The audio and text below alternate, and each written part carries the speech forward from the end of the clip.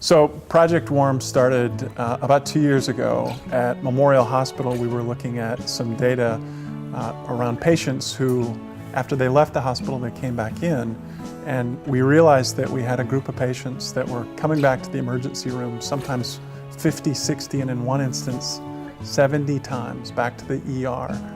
And that was astonishing to us, and we needed to dig in and find out what was going on. And we came to realize that this population were chronic alcoholics, that were homeless, that really didn't have a place to go in the winter. Walking around downtown South Bend throughout the winter before the weather amnesty program started, you see these people on the streets and you wonder where they're going to go, what they're going to do all night long. I found out about Project Warm through word of mouth from guys that were on the street. Some were in different programs such as the Hope and the Homeless Center, and gave it a shot one night and liked what I saw and decided to stick with it.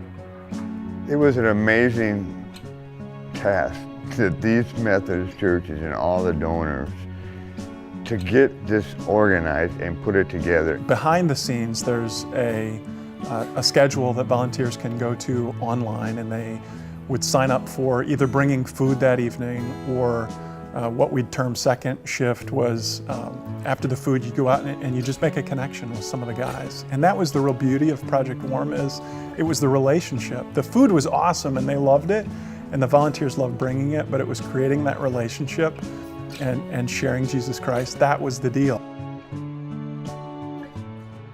I think the biggest challenge is getting people involved.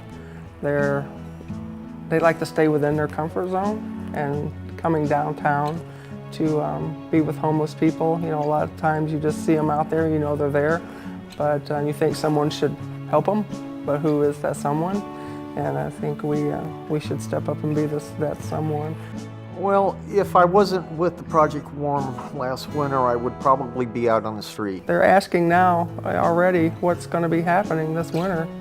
You know, where are we going? What's the plan? Because they really were interested and actually are so thankful for having a place. Well, and the cool thing about Warm Up is we've seen some of the guys who were in Weather Amnesty that have now been in Hope for some time and been in the homeless center. And they still come up to us and thank us. Not that we did, it was a God thing and God did it all, but they're so appreciative that somebody on a continual basis cared for them, and they get it and they're on the right track now. So that's been awesome to stay connected with them.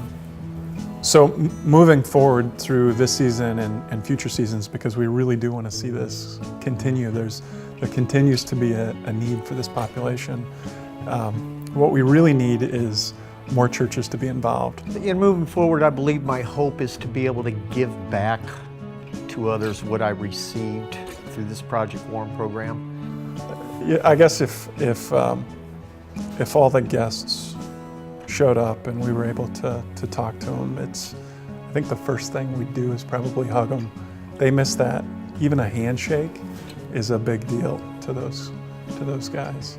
And then telling them that we love them, God loves them, and the circumstance they're in today, there's a way out of that. And we'll be there, sharing God's love.